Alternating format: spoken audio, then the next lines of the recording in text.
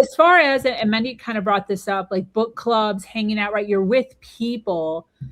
How are you, or maybe it's not even an issue, but if it does become an issue where politics does come up, or maybe an opinion that you don't really agree with comes up, how are you, or what is your advice, or what's your feedback on re, you know, pivoting that conversation, acknowledging the conversation? How are you dealing with that in your, or how are both of you dealing with that in your world?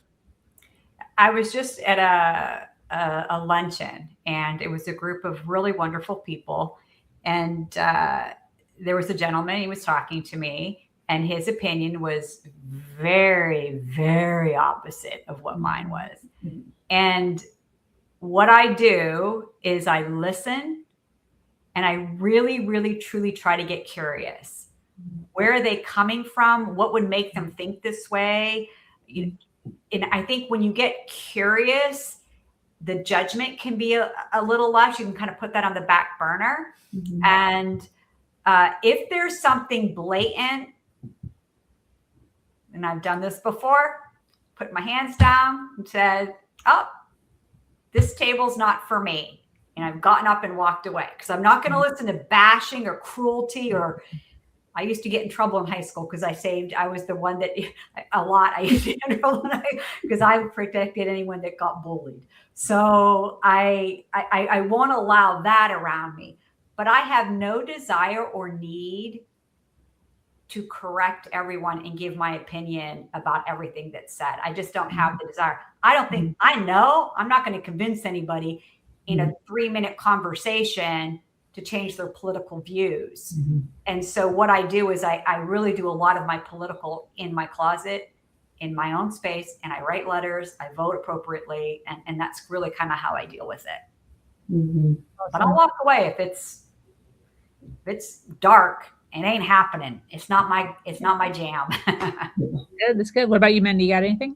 Yeah, I'm the same way. I'm very much like Debbie. Like, I'm kind of one of those righteous anger girls. Like, you hit that button on me and we're gonna have a problem. But I mean, I am very much one of those, and my family's military. I mean, and something, my niece, for example, has started in Turning Point at her high school.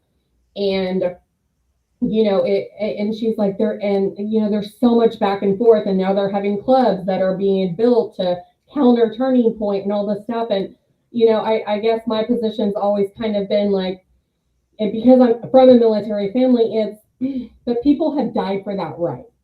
People have died for you to have the right to your opinion. Now, does that mean, and no one is going to agree? I mean, because again, that's kind of where our country is, and it's really unfortunate. But I'm very much like Debbie, where I'd love to sit down and just have a real conversation about, why do you think this way, and how are we so off topic?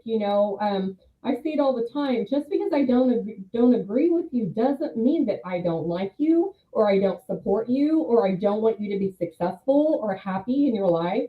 But I'm curious too. I would love to figure out why we are so, on opposite sides of where we are. But for me, that's where, again, I think it's finding your people, right? I mean, in life in general, when you find your people, you kind of have the same outlook on life, same morals, same political views, but like my best friend is the opposite of me, but I think it's also about safety. I think it's about me and her can sit down and have a conversation, and there is no fighting, it's like, oh, you know what, that makes a lot of sense. And she's like, okay, well, I can see where you would lean that way. So I think it's just finding those environments where you can be a safe place and have real open conversations. Well, Brene Brown speaks about Yes. zooming out. And, as business women, and we think about what's going on in the world and how does it affect our stress levels and how we show up in the work and that type of thing. So when you zoom out, right, when it's up close, it's us and them, which is not my thing. You zoom out, your neighbor that you just love, You don't give a shit what their political, who they are. Right. The guy that you're helping that needs some help across the street, you're all right. Let's go help each other. So it's when we zoom out and we kind of think, okay, you know what? To be honest with you, you don't even know who's what, who Right. belongs to what. And so just think of them as humans. And that's really what I try to do. I truly try to open my mind to what they're thinking and know that even if I disagree with them 100%, it doesn't necessarily mean that they're evil people. I think that we all want the same thing in the end. We just got really different views on how to get it. And vote appropriately. Vote appropriately. That's it.